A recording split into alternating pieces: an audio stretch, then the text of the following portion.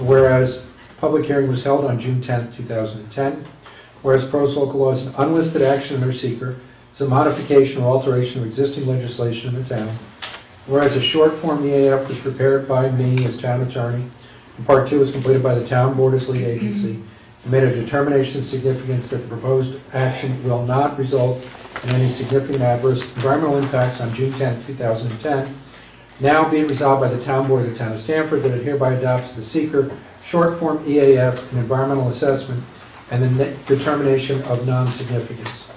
So a motion needs to be made and seconded for this. All right, so I make a motion that we approve the seeker determination for the local law to amend a portion of Chapter 96, Fire Prevention and Building Construction Administration of the Town of Stamford Code. Second. Roll call vote. Supervisor Virginia Stern. Yes? Town Board Member Johanna Schaefer. Yes. Town Board Member Thomas Dewhurst, absent. Town Board Member Mark D'Agostino. Yes.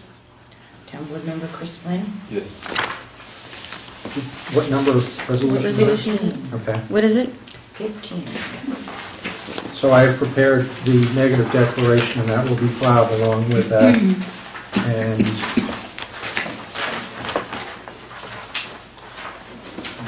I'll sign the EAF as the preparer and give it to the supervisor to prepare.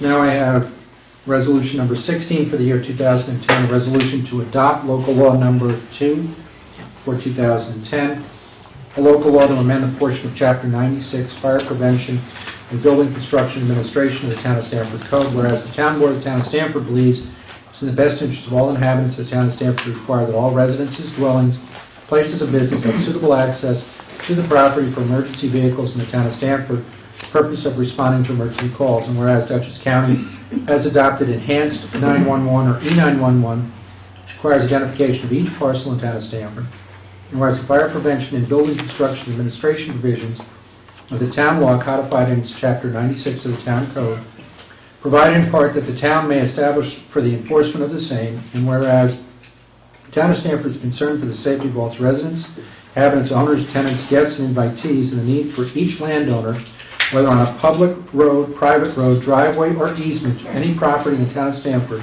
to keep the same maintained, plowed, cleared, and passable, so as to permit emergency vehicles of all sizes and dimensions necessary to access such properties in the course of an emergency call, including but not limited to fire, it should be flood, not floor, injury or death.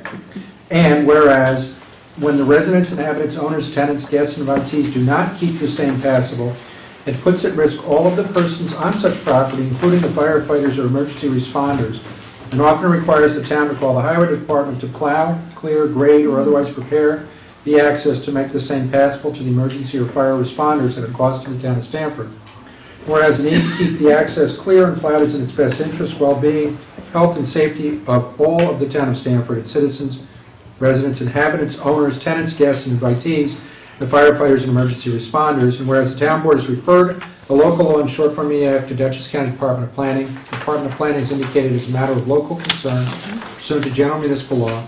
And whereas the Town Board on June 10, 2010 held a public hearing for the aforesaid local law and thereafter made a determination of non-significance under seeker, now be it resolved by the Town Board of the Town of Stamford that it hereby adopts this local law as local law number 2 for 2010. That needs a motion and a second. And this is resolution number 16. 16.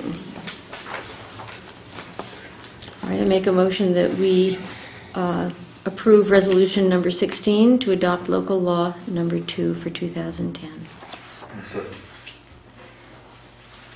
Roll call vote. Supervisor Virginia Stern. Yes? Town Board Member Johanna Schaefer. Yes. Town Board Member Thomas Dewhurst, absent. Town Board Member Mark D'Agostino. Yes. Town Board Member Chris Flynn. Yes. All right, the next item is a town audit report by Ray Daschili, our town auditor. This is the audit from January 09 to December 09.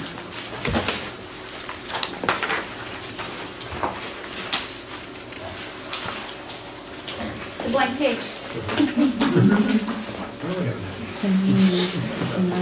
Does that mean we can fill it in with all the money we want? Oh, there it Can we is. hit the lights? That'd be great, thank you. Oh, Whoa. that was most of the council who work in the dark. Okay, according to town law, which is a New York State law, everyone who receives or disperses cash on behalf of the town needs to have an annual audit, which is what I've performed for the period January 1st, 2009 through December of 2009. General fund assets come to 2.6, almost $2.7 million. The bulk of that is made up in cash. The accounts receivable was primarily the sales tax from the county, which comes in February. So on modified accrual accounting, we need to account for that because it pertains to the 2009 year. The due from other funds is due from the lighting fund, which is running at a small, very slight deficit. And the due from other governments, again, is from the county. So primarily it's made up of cash. You had very small accounts payable of only $28,000, and the accounting equation, of course, is assets, which is what you have or what's owed to you, minus what you owe, which are your liability balance from 2008.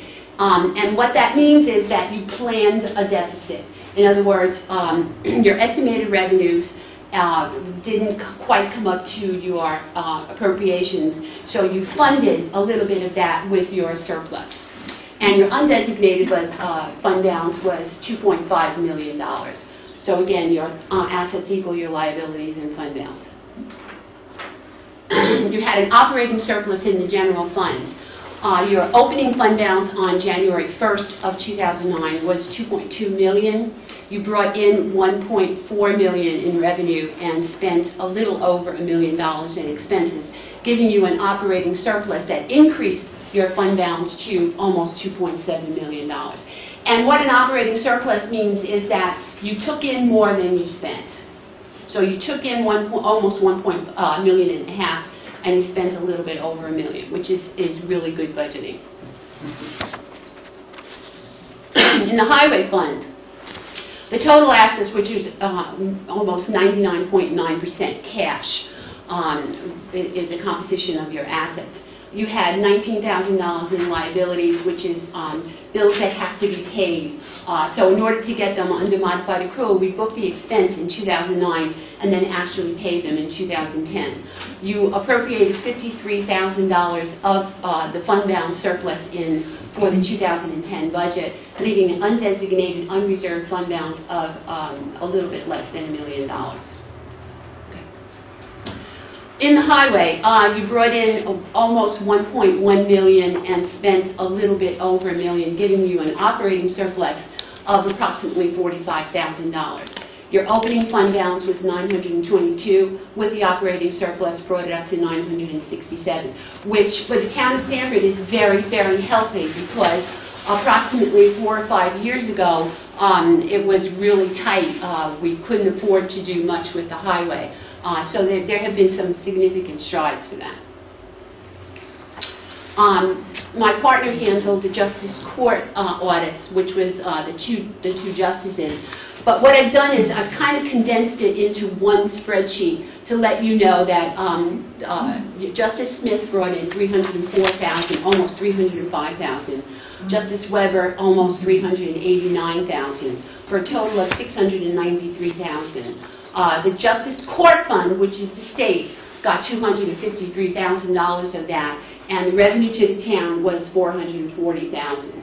Unfortunately, that's the way the cookie crumbles.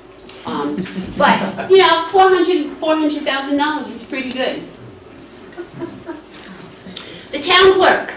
Actually, I throw in the town clerk and the building inspector because of our long experience.